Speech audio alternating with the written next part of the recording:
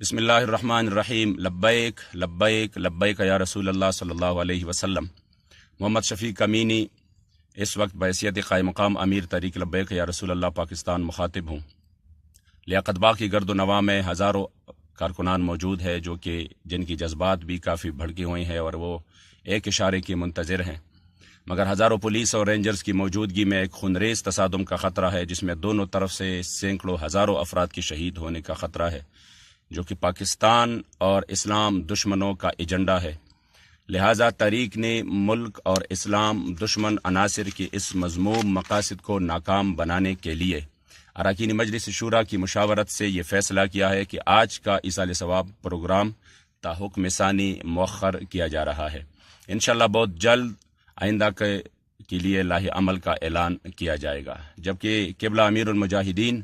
اور پیشوائے اہل سنت سمیت مرکزی قائدین اور 30-40 ہزار کارکنان اور اہل سنت و جماعت کے جتنی بھی اسیران ختم نبوت ہے، حکومت وقت سے ہم مطالبہ کرتے ہیں کہ فی الفور ان تمام اسیران ختم نبوت کو رہا کرے۔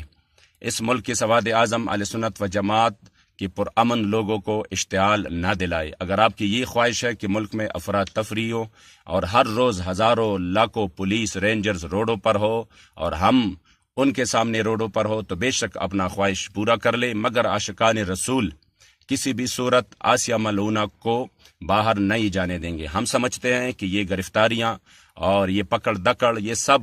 آسیہ ملعونہ کو باہر لے جانے کے لیے ہو رہی ہے۔ ہم لاکھوں ہزاروں قربانیاں بھی دیں گے، شہادتی بھی دیں گے، مگر کسی بھی صورت آسیہ ملعونہ کو اس ملک سے فرار نہیں ہونے دیں گے۔ لہٰذا حکومت وقت ہوش کے ناخن لے اور اب اس سزا کو بحال کرنے میں ادارے اور حکومت وقت اپنا کردار ادا کر لے اور اسیران ختم نبوت کو فی الفور رہا کرے